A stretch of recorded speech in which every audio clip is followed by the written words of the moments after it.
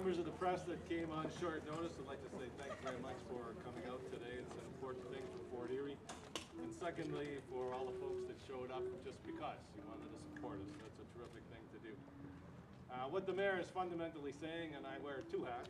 Right now I'm not wearing any hat, but that is the hat of the Economic Development and Tourism Corporation. Shiny, strong, and solid. Hard, some people will say.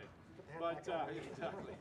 But from the economic development standpoint, the issue that we've been raising for 6 years with this government, as the mayor has laid out, is that the policies that the province is creating may work well elsewhere, it may work well generally, but it is colliding in a synergy on Fort Erie that is really hurting our ability to create growth for our residents and job opportunities.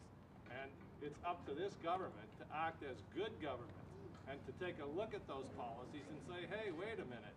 How can we tell you that you're unemployed? How can we rip the heart out of your economy and tell you to take the freaking bus to the next community when we don't have a bus to the next community? How can we talk about taking a bus to the college when the college is 2 communities away? How can we talk about retraining when all the retraining programs are outside of the community? Where do we get the money? Where do we get the time? And don't tell us that a bus every 4, 5, or 6 hours is something that's convenient or even reasonable. So they have to take a look at this and be responsible. The municipality is a statute creature of the province of Ontario. The province of Ontario says the municipality must follow its rules, its guidelines, and its laws. But when those guidelines and laws aren't there, it's up to them to come in and do something different, something appropriate, something special. And so we thought we had that. The Fort Erie racetrack can't stand on its own. This is a community-wide problem, and there's more than the Fort Erie racetrack that's involved. But none of us thought that they would rip the heart out of the slots as well. So here we have a situation where they came by and said, look, if you can, go ahead and you want to try to run the slots. They probably never believed that we could, although some people I know thought and hoped that we would, but we did. And yet they come around with no warning whatsoever. It was 10:15 the night before the OLG came in that they told us the slots were closed the next day. This is not the way to do business, period. It's not the way for government to do business, and it's not the way for government to deal with other levels of government. We've lived up to our commitment by keeping that track running.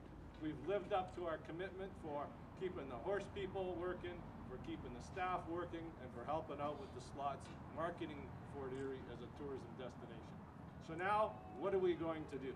Well, we're not going to sit down. As the mayor said, we keep coming up with solutions. We are prepared to roll up our sleeves right now and make an offer to the province to privatize that slots. Good. We think that we can run.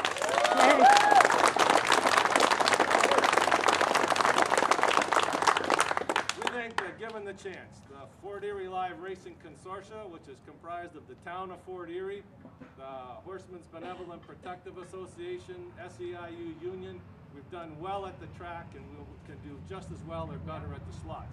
Once we have that secured, once we have the opportunity to look at the finances and to determine whether or not our business plan can make it work, then our goal is to turn it around for the province. We'd be pleased to consider in that business plan providing the province with a $1 million site fee every year. They're telling us they're losing money, they're not making any money. Our goal would be to keep the track operating, to keep the slots operating, and come up with $1 million for the town.